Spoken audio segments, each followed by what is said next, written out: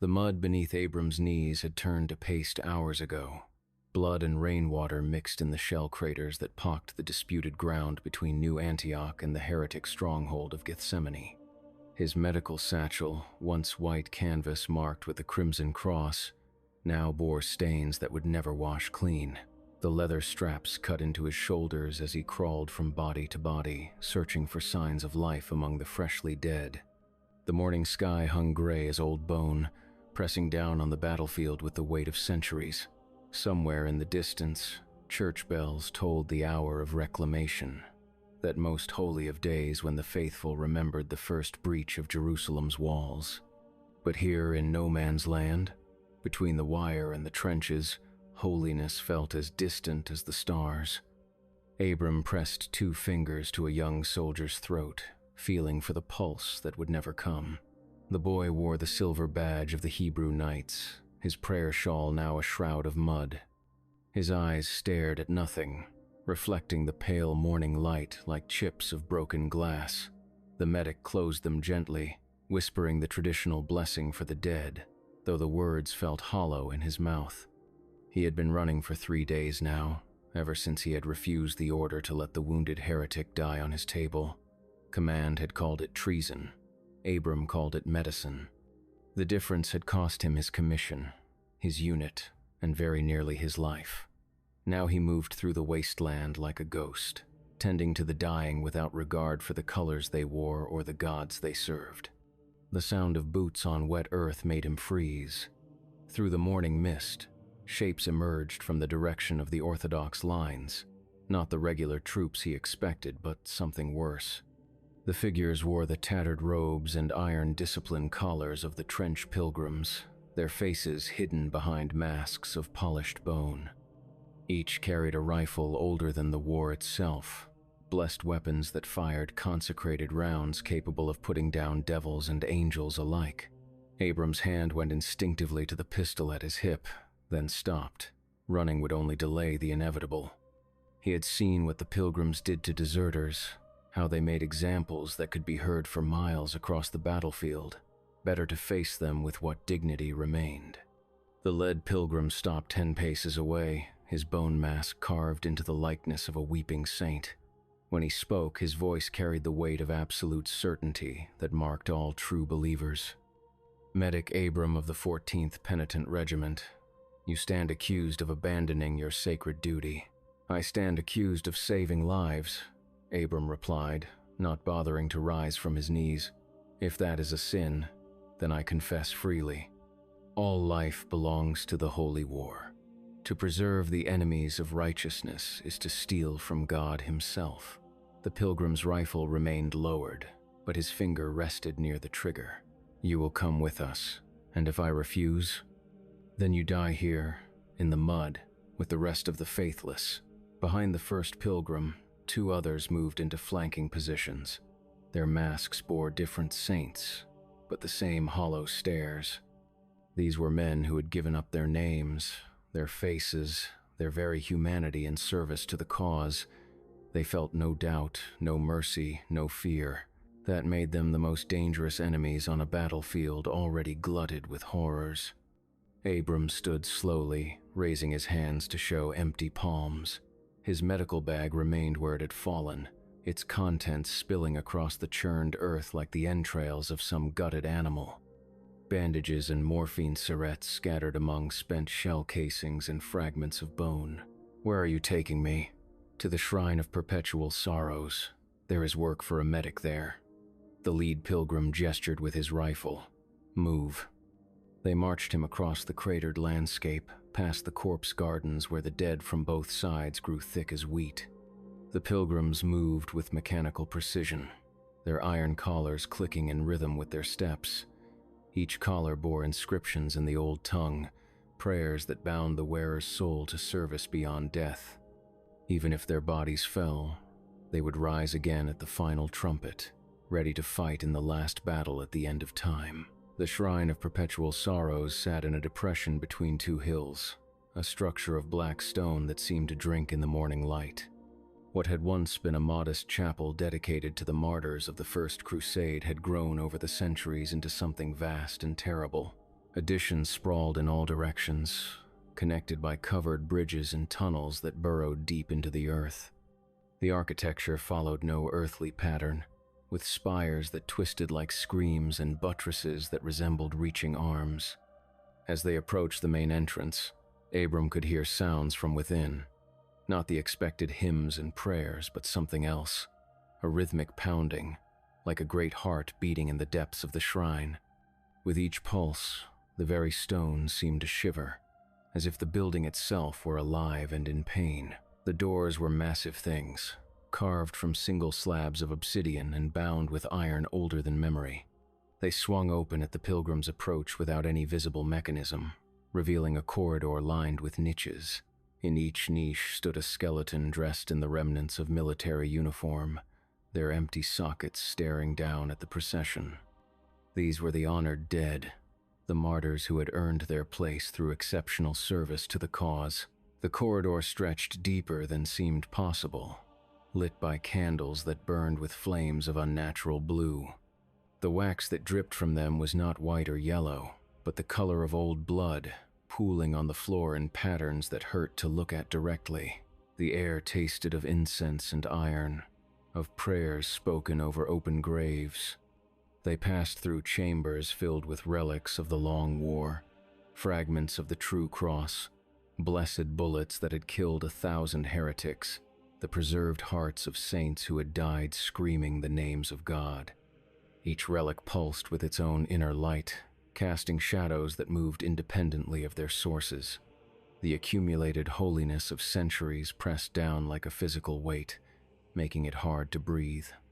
At the heart of the shrine lay a vast circular chamber dominated by a single massive chair carved from what looked like bone. The chair sat empty, but around it were arranged 7 concentric circles of iron cages, each one occupied by a prisoner. Men and women from every faction in the war, their uniforms torn and stained, their faces bearing the hollow look of those who had stared too long into the abyss. At the center of it all, on a raised dais before the bone throne, lay a figure that made Abram's breath catch in his throat. It was human in shape, but utterly without flesh, a skeleton of impossible whiteness dressed in the rotted remains of royal robes. Upon its skull sat a crown of thorns, each spike longer than a man's finger and black as sin. This was the crown bearer, the legendary first king of Jerusalem who had opened the gates to hell in his pride and been cursed to wait for redemption until the end of days. The skeleton was not quite still. With each pulse of that great heartbeat that echoed through the shrine, the bones trembled slightly, as if something stirred within the empty ribcage. The crown bearer was not dead, Abram realized with growing horror. It was waiting. "Behold the architect of our salvation," said the lead pilgrim, his bone mask gleaming in the blue candlelight. "For 9 centuries he has waited, bound by his sins, unable to rise until the proper price is paid." "What price?" Abram asked, though he feared he already knew the answer. 777 beating hearts, torn from the chests of the living and offered before the dawn of Reclamation Day. The pilgrim gestured to the caged prisoners. "We have collected 312 so far. You will help us gather the rest." Abram's medical training rebelled at the thought. Every instinct he had developed over years of treating the wounded screamed against what they were asking him to do. But looking around the chamber, at the armed pilgrims and the desperate prisoners, he could see no alternative but to play along and hope for an opportunity to escape. "What exactly do you need me to do?" "Triage," came the response. "Determine which of these specimens are strong enough that their hearts will beat for the full ritual. The crown bearer feeds on life force. A heart that stops beating before the ceremony is complete provides no nourishment." The irony was bitter as poison. They wanted him to use his skills to save lives so those same lives could be more efficiently destroyed. But perhaps in the process, he could find a way to save at least some of the prisoners. "I'll need my medical supplies." "They will be provided." The pilgrim made a gesture, and 2 of his companions disappeared into the shadows. They returned carrying a wooden chest filled with instruments and medicines, though many of the bottles contained substances Abram didn't recognize. "Begin with the outer ring," Work your way inward. The first prisoner was a young woman wearing the blue and silver of the Iron Sultanate. Her veil had been torn away, revealing a face marked by ritual scars that identified her as a battlefield surgeon like himself. She looked up as he approached, her dark eyes full of a defiance that hadn't been broken despite her circumstances. "Are you here to kill us, or to heal us so they can kill us more slowly?" she asked in accented Gothic. "I'm here to do what I can," Abram replied quietly, kneeling beside her cage. "What's your name?" "Fatima, Surgeon Lieutenant of the 3rd Scimitar Company." She watched him with professional interest as he began his examination. "You're the deserter they've been hunting. That depends on your definition of desertion." He checked her pulse, finding it strong and steady despite her captivity. Her breathing was unlabored, her responses sharp. By any medical standard, she was perfectly healthy. By the pilgrims' twisted criteria, she was ideal for their purposes. "Can you get us out of here?" she whispered. "I'm working on it." He made a show of writing notes in the ledger he'd been given, marking down observations that would buy him time to formulate a plan. "How many of you are there?" "Too many to count. They've been gathering prisoners for weeks." She nodded toward the inner rings. "Some of them have been here since the beginning of winter." Abram moved to the next cage, where a grizzled veteran of the Hebrew Knights sat in contemplative silence.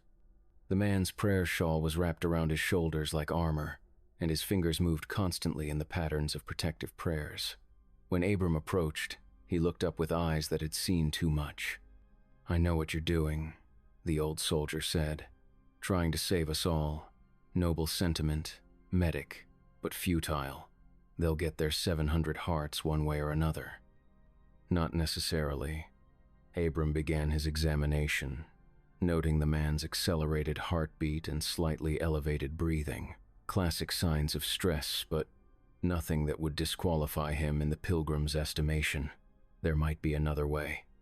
"Such as, the crown bearer needs beating hearts, but it doesn't specify they have to be human hearts." Abram glanced around, making sure none of the pilgrims were close enough to overhear. "What if we could substitute animal hearts, or hearts that appeared to be beating but weren't actually alive?" The old knight's eyes sharpened with interest. "You think they'd fall for such deception?" "Fanatics see what they expect to see. If we can make them believe they're getting what they want, we might be able to turn their own ritual against them." As he moved through the outer ring of prisoners, Abram began to develop a more complete picture of what he was facing. The pilgrims had gathered representatives from every major faction in the war, plus a significant number of civilians caught in the crossfire. There were Orthodox priests and heretic cultists, Hebrew warriors and Islamic scholars, trench pilgrims who had apparently fallen out of favor with their own order. The diversity was deliberate, he realized. The crown bearer's resurrection required not just quantity but variety, hearts from across the spectrum of human experience. In the second ring, he found a group of children, none older than 14. They wore the simple brown robes of monastery novices, their faces bearing the innocent confusion of those too young to understand the full horror of their situation. The sight of them sparked a rage in Abram's chest that threatened to overwhelm his careful composure. "These are children," he said to the nearest pilgrim guard. "Children who will grow into heretics and enemies of the faith if left to mature," came the cold response. "Better that their lives serve a holy purpose now." Abram knelt beside the cage, speaking softly to the frightened young faces pressed against the iron bars. "I'm a doctor. I'm going to help you, all right?" A girl of perhaps 12 reached through the bars to touch his hand. Her fingers were cold as ice, and he could feel the frantic flutter of her pulse beneath the skin. She had been here longer than the others, he realized. The prolonged stress and fear were taking their toll on her small body. "My name is Anna," she whispered. "Are they really going to kill us?" "Not if I can help it." He squeezed her hand gently, then began his examination.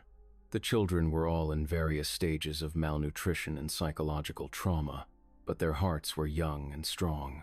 The pilgrims would consider them prime specimens.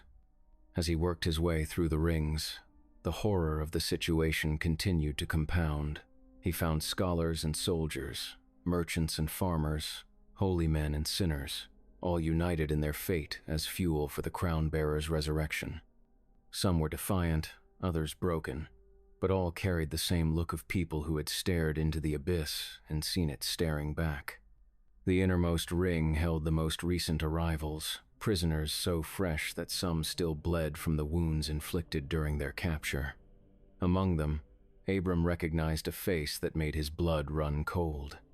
Sister Magdalene of the Sacred Heart, a battlefield medic from his own order who had disappeared during the siege of Bethany. She had been his mentor, the one who had taught him that healing was a higher calling than war. She looked up as he approached, her face a map of suffering etched in flesh and shadow. Abram, I wondered if they would bring you here eventually.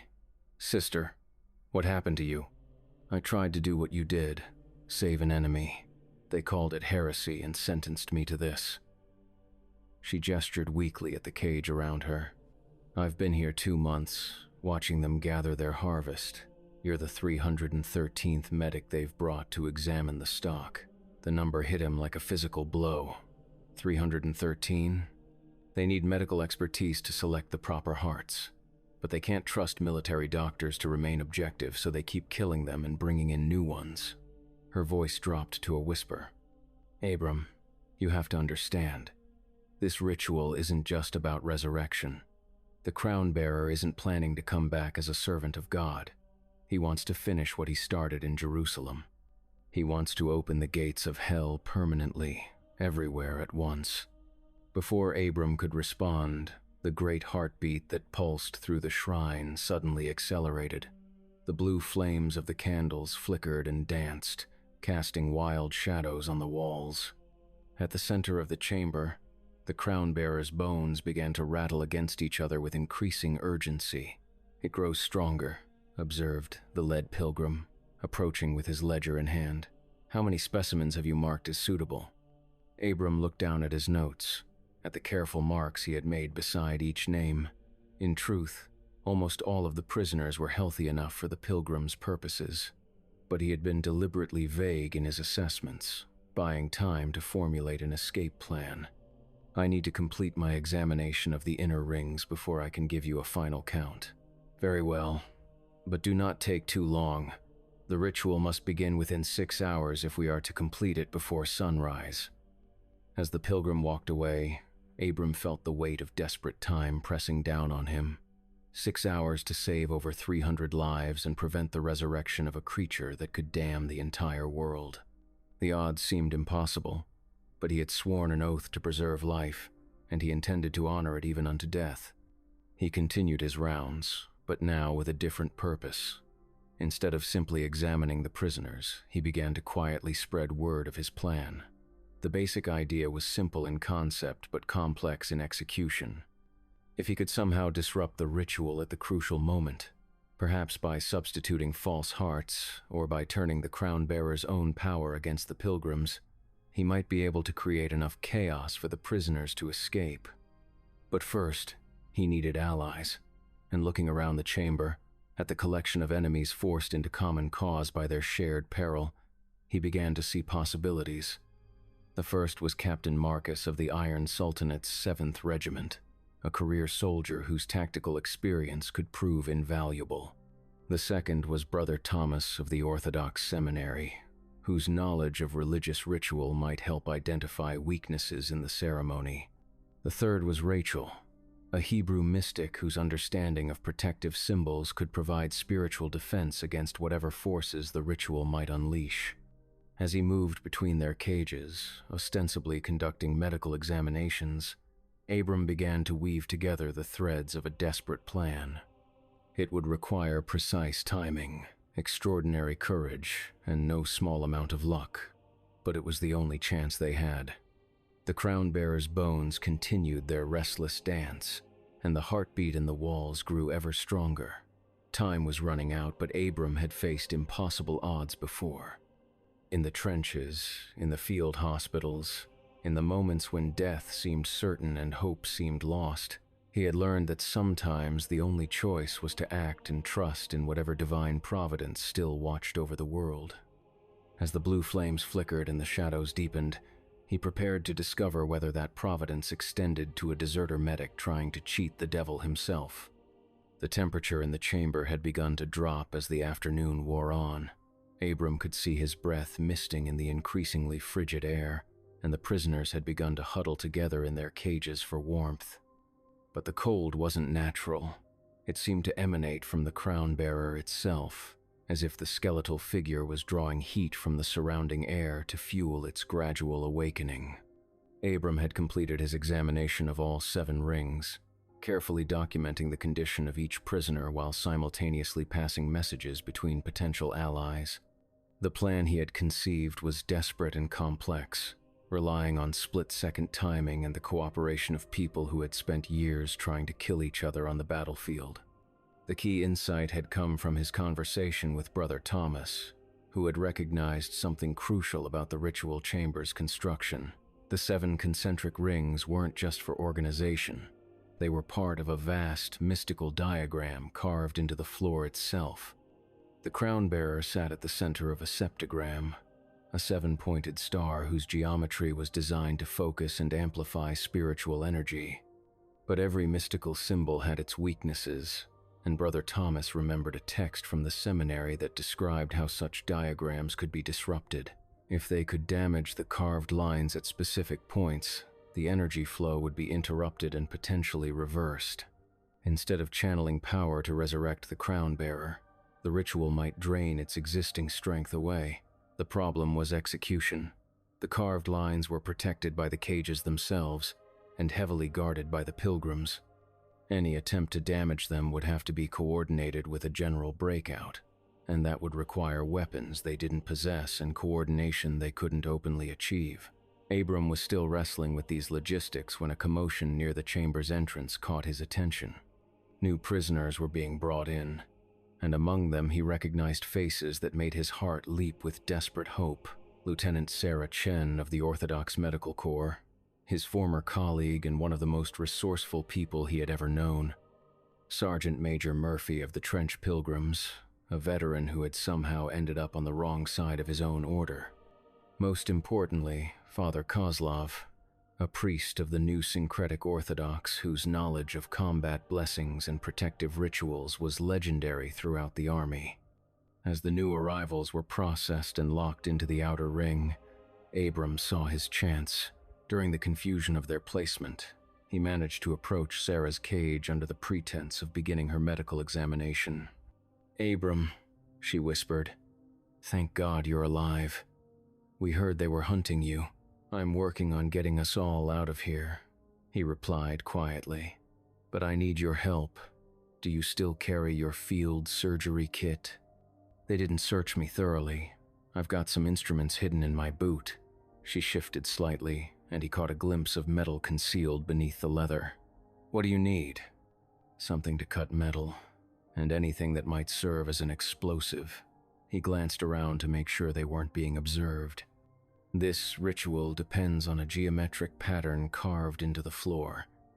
If we can disrupt it at the right moment, we might be able to turn the crown-bearer's own power against our captors." Sarah's eyes sharpened with understanding. "Combat medicine taught me a few things about field-expedient devices. I might be able to rig something from surgical supplies and whatever chemicals they have in that medical chest. But I'll need a distraction to work. Leave that to me." Abram moved on to the next cage, where Father Kozlov sat in apparent prayer. The priest's lips moved silently, but his eyes tracked the medic's approach. "Father, I need to know about protective rituals. Something that might shield us from spiritual attack. The crown bearer draws power from death and suffering," Kozlov replied without opening his eyes. "But there are older protections, symbols that predate the corruption of this place. The problem is that most require blessed materials we don't possess." "What about blood? Our blood?" The priest's eyes opened, reflecting the blue candlelight like chips of ice. "Blood carries the soul's essence. Properly applied, It might serve as a medium for protective prayer, but such rituals are dangerous. They require sacrifice. Everything we're contemplating requires sacrifice. Abram leaned closer to the cage. Can you prepare the prayers? If you can give me the opportunity, yes. But Abram, you must understand what you're asking. The forces at work here are ancient and malevolent. If we fail, our souls may be forfeit along with our lives. If we do nothing, our souls are forfeit anyway. As evening approached, the character of the chamber began to change in subtle but disturbing ways. The blue flames of the candles had begun to burn brighter, casting harsh shadows that seemed to move independently of their sources. The heartbeat in the walls had grown so loud that it was impossible to ignore, a rhythmic pounding that seemed to sync with the prisoner's own pulse rates. Most disturbing of all, the crown bearer itself had begun to show signs of animation. Its jaw had started to work silently, as if trying to speak words that had been forgotten for centuries. Its bony fingers twitched against the arms of the bone throne, and occasionally its empty sockets would turn to follow movement in the chamber. The pilgrims had noticed these changes as well, and their excitement was palpable. They moved through the chamber with increased urgency, checking and rechecking their preparations for the ritual that would begin at midnight. Additional guards had been posted at every entrance, and the weapons they carried were not just the usual rifles, but specialized implements designed for mystical combat. Blessed bayonets, consecrated ammunition, and most ominously, a collection of curved knives whose purpose was all too clear. Abram had finished his medical examinations and submitted his report, carefully crafted to buy maximum time while appearing to cooperate. He had identified slightly more than half the prisoners as suitable for the ritual, claiming that the others were too weak or diseased to provide viable hearts. It was a delicate balance, trying to save as many lives as possible without arousing suspicion.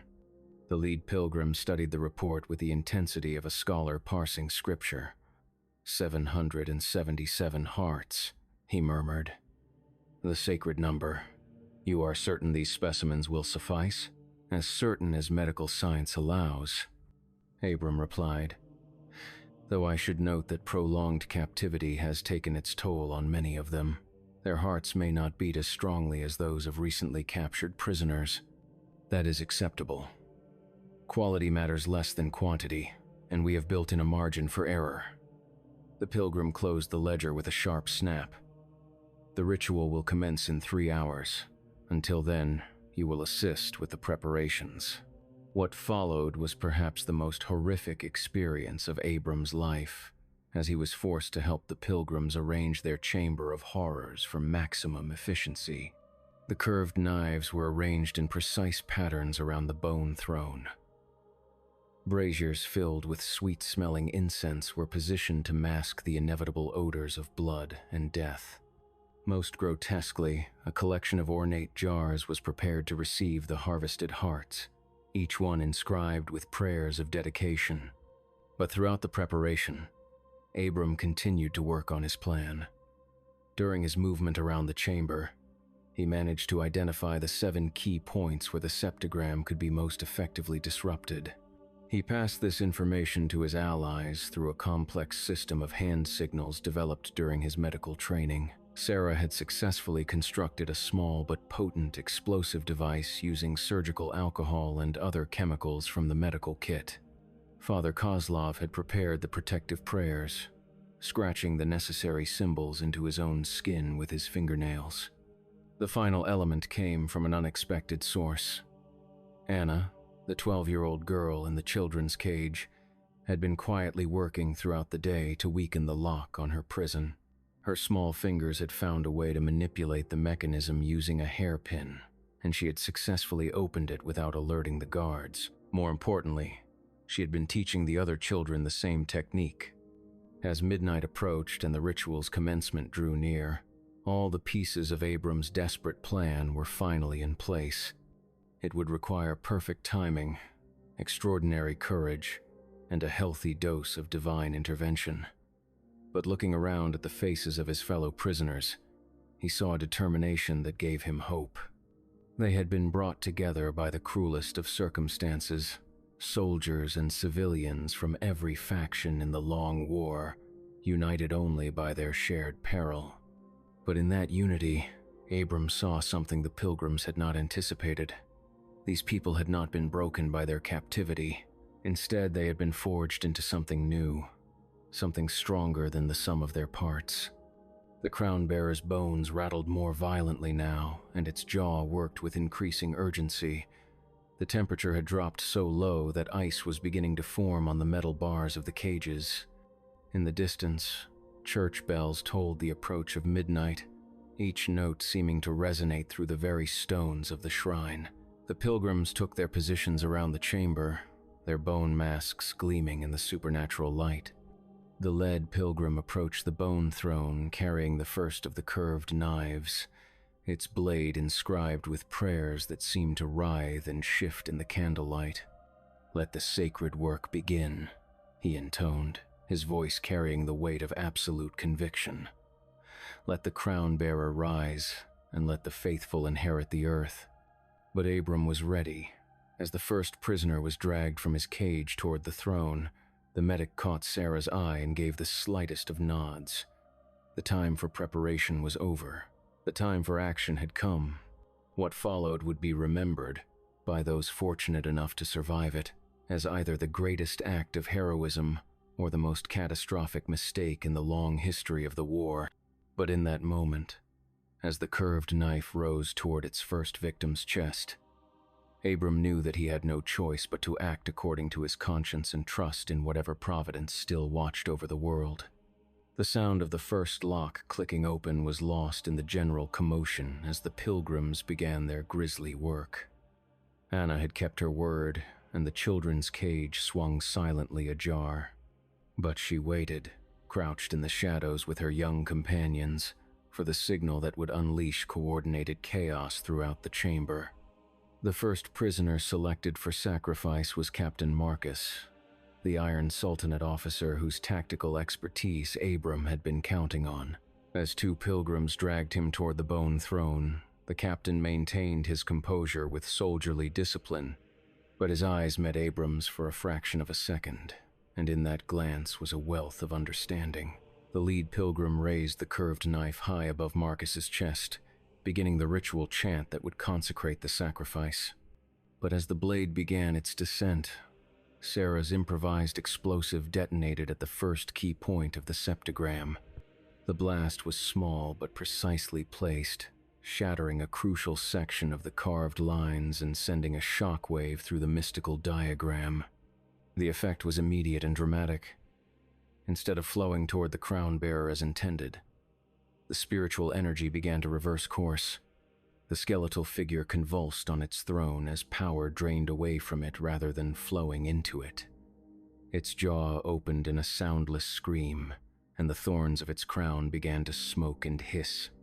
In the chaos that followed, Abram's desperate plan unfolded with the precision of a surgical operation.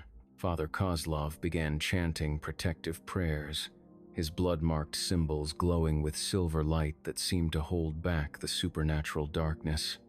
Sarah triggered 2 more explosives at critical points, further disrupting the mystical geometry. The children, led by Anna, burst from their cage and began opening locks throughout the chamber with their improvised picks. But the pilgrims were not helpless. These were veteran warriors who had faced devils and angels in equal measure. Their initial shock gave way quickly to disciplined response. Rifle fire began to echo through the chamber as they tried to regain control of the situation. The blessed bullets they fired left trails of golden light in the air, and where they struck flesh, the wounds burned with holy fire. Abram dove for cover behind an overturned brazier, pulling Anna with him as bullets whined overhead. The girl was trembling but unbroken, her eyes bright with fierce determination. "What do we do now?" she whispered. "We survive," Abram replied grimly, "and we make sure this abomination never rises." Around them, the chamber had erupted into complete chaos. Freed prisoners fought with their bare hands against armed fanatics. The supernatural forces unleashed by the disrupted ritual crackled through the air like lightning, striking randomly at both sides. The crown-bearer writhed on its throne as conflicting energies tore at its essence, neither fully alive nor completely destroyed. Father Kozlov's voice rose above the din, his protective chant somehow audible despite the gunfire and screaming. The silver light from his blood-marked symbols was expanding, creating pockets of relative safety where the supernatural energies could not penetrate. But the priest was paying a terrible price for his magic.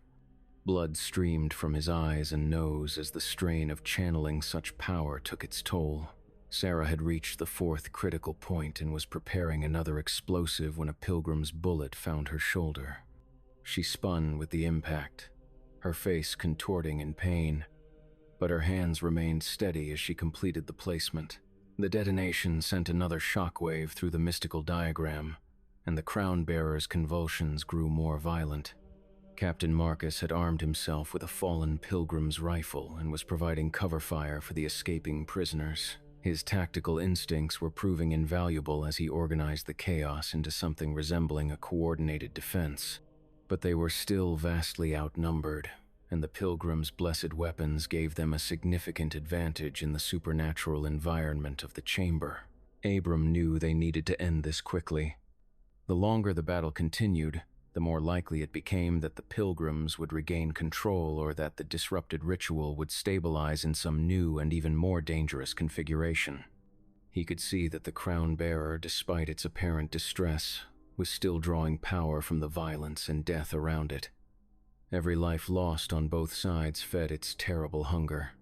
Making a decision that he knew might cost him his life, Abram broke from cover and sprinted toward the bone throne.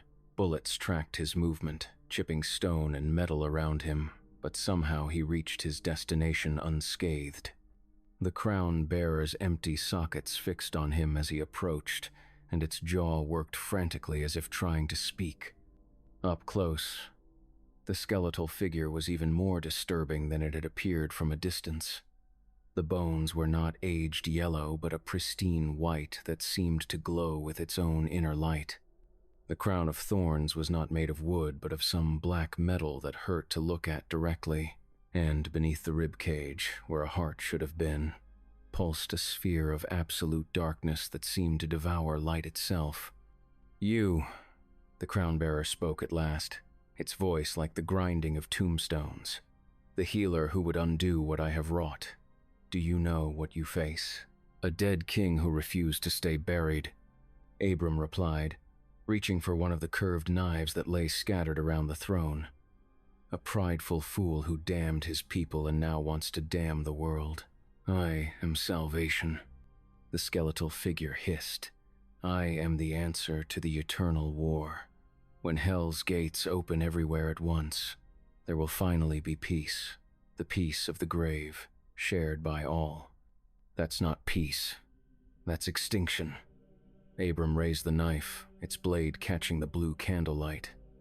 "And I won't let you have it." The crown-bearer's laugh was like the sound of wind through a charnel house. "You think that crude blade can harm me? I have been touched by powers beyond your comprehension." "Maybe not," Abram admitted. "But this isn't about the knife."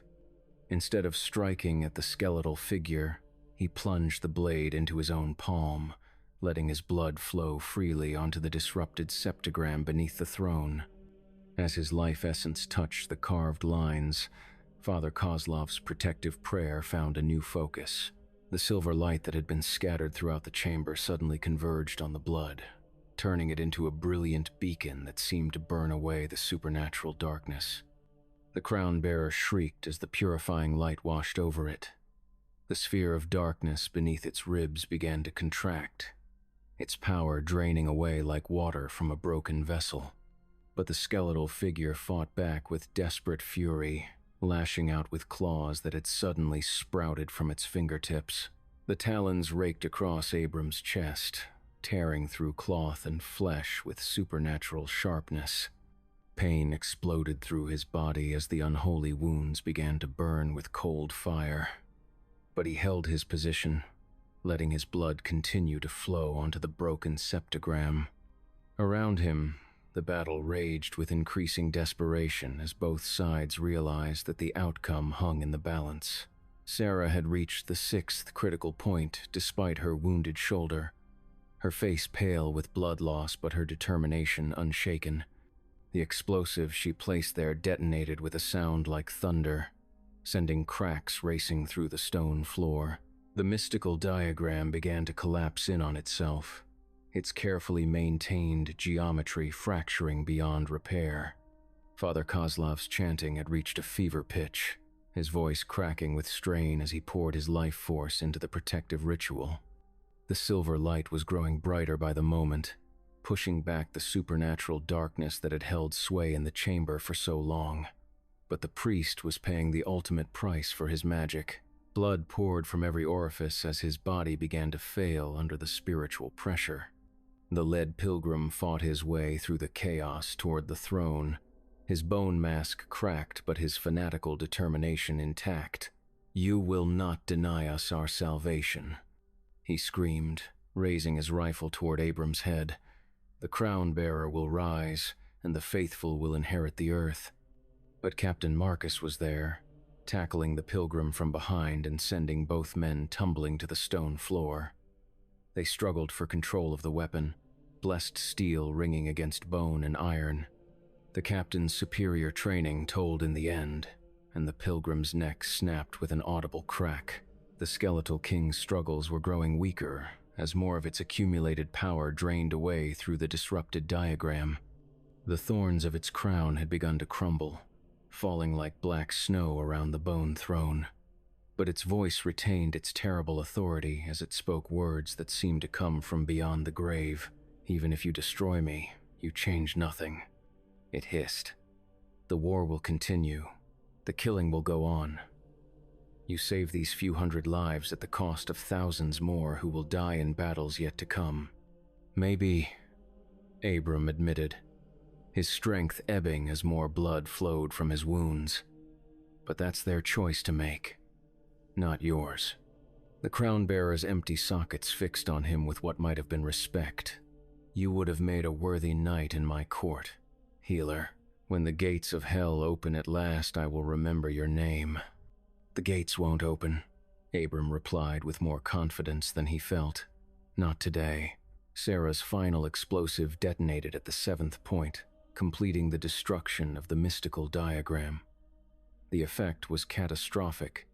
Power that had been building for centuries suddenly had nowhere to go, and it tore through the chamber like a hurricane of pure spiritual energy. Stone cracked, and metal twisted as forces beyond human comprehension sought release. The crown bearer's final scream shook the very foundations of the shrine. Its bones began to crumble, falling away piece by piece until only dust remained. The crown of thorns collapsed into rust and shadow, its dark metal corroding in seconds. The sphere of darkness beneath the ribcage imploded with a sound like reality tearing, and then there was nothing left but empty space where the skeletal king had sat for 9 centuries. But victory came at a terrible cost. Father Kozlov collapsed as the last of his life force was consumed by the protective ritual. His body hit the stone floor with a sound like breaking pottery, and the silver light faded from his blood-marked symbols. Sarah fell beside her final explosive, her face gray with shock and blood loss. Around the chamber, dozens of prisoners lay still, victims of pilgrim bullets or supernatural forces beyond mortal endurance. Abram felt his own strength failing as the unholy wounds in his chest continued to burn. He slumped against the empty bone throne, watching as the surviving prisoners began to emerge from the wreckage. Anna was among them, her young face streaked with tears but her spirit unbroken. Captain Marcus helped the wounded, his tactical mind already planning their escape from the shrine. The battle was over, but Abram could feel something wrong in the aftermath. The chamber was too quiet, the silence too complete. The supernatural forces that had filled the air were gone, but they had left behind an emptiness that felt almost as disturbing as their presence had been. It was as if the very concept of holiness had been drained from the place, leaving only cold stone and bitter memories. As the survivors began to move toward the exits, Abram tried to rise but found his legs wouldn't support him. The crown-bearer's claws had done more damage than he had realized, and he could feel his life ebbing away with each labored breath. But there was something else, something that filled him with growing unease. The dust that had been the skeletal king was beginning to move, not with any visible wind or disturbance, but as if animated by some residual will. It swirled in patterns that hurt to watch directly, forming shapes that resembled faces, hands, crowns. The destruction of the physical form had not ended the crown-bearer's existence, only transformed it into something less tangible but perhaps more dangerous. "Captain," Abram called weakly to Marcus. "The dust. Don't let anyone touch the dust." Marcus followed his gaze and his face paled as he saw the unnatural movement. "What is it? I don't think we killed it," Abram whispered. "I think we just changed it." The dust began to spread, flowing across the floor like water seeking new channels. Where it touched the blood of the fallen, it seemed to absorb the crimson liquid, growing darker and more substantial.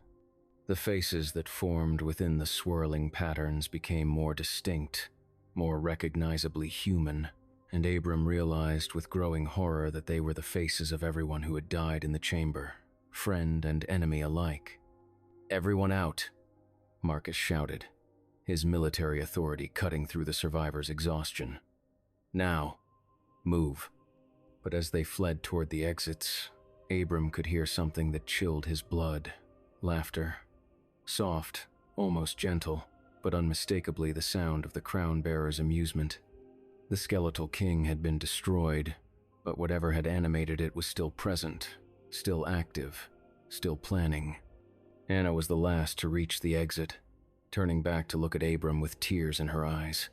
"Come with us," she pleaded. "Don't stay here." "I can't move, child," he replied, trying to smile despite the pain. "But you can. Live. All of you. Make this sacrifice mean something." She nodded reluctantly and disappeared into the corridor beyond. The survivors' footsteps echoed away into silence, leaving Abram alone with the swirling dust and the crown-bearer's lingering presence. As the minutes passed and his strength continued to ebb, Abram began to understand the true scope of what they had unleashed. The ritual had been disrupted, yes, but not cleanly ended. The power that was supposed to resurrect the crown-bearer had instead been scattered, spread throughout the chamber and possibly beyond. Every drop of blood spilled, every life lost, had become a potential vessel for that malevolent will. The laughter grew louder, more distinct, and Abram could swear he heard words within it. Promises of revenge, threats of future resurrection, plans that spanned centuries rather than years.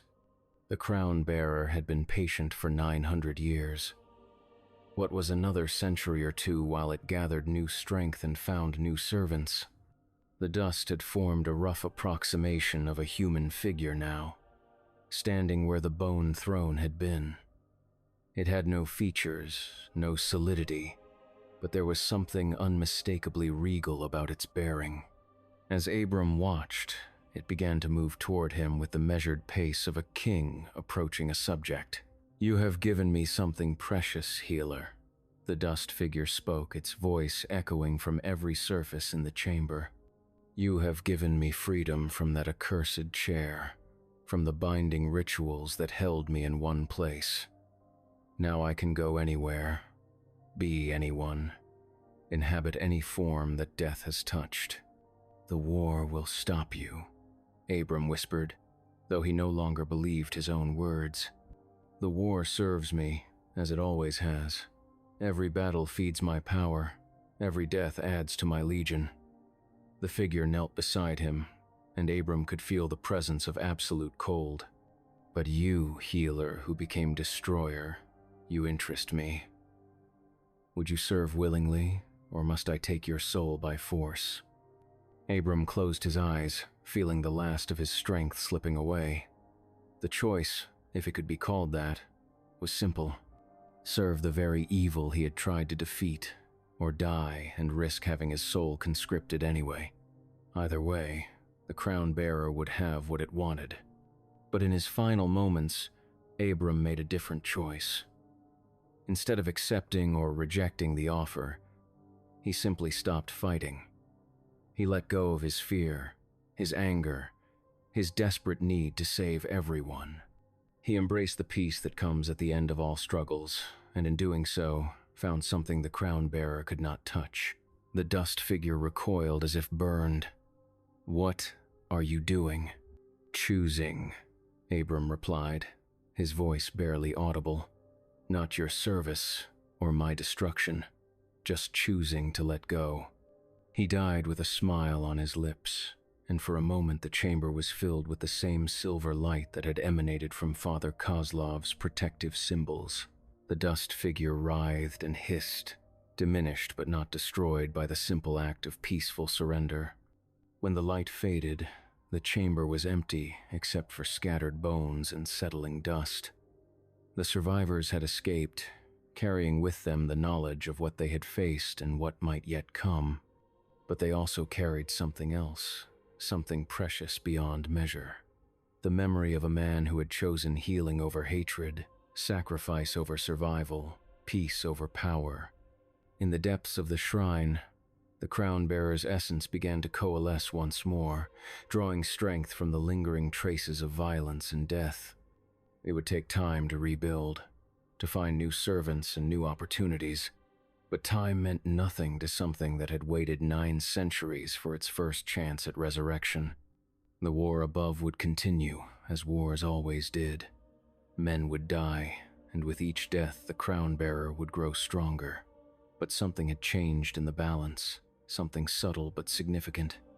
The light that had blazed in Abram's final moments had left its mark on the world, a reminder that even in the darkest places, hope could still take root. Miles away, Anna and the other survivors emerged from the shrine into the gray dawn of Reclamation Day. They carried no banners of victory, no treasures of war, but they carried life, and in a world consumed by death, that was victory enough. Behind them, in the depths below, something that had once been a king of Jerusalem began to plan its next move in a game that spanned centuries. The pieces were scattered now, no longer concentrated in one place, but that only made the game more interesting. There were so many potential pawns, so many ways to influence the endless war. The crown bearer's laughter echoed through empty corridors, a sound that would haunt the shrine until the stones themselves crumbled to dust. But even laughter must eventually fade, and in the silence that followed, something else could be heard. The whisper of wind through broken stone, carrying with it the faint echo of a different kind of prayer, not the desperate pleadings of the faithful, but the quiet certainty of those who had found peace even in the heart of darkness. The game was far from over, but the rules had changed, and in a war that had raged for centuries without resolution, even the smallest change could prove decisive in the end.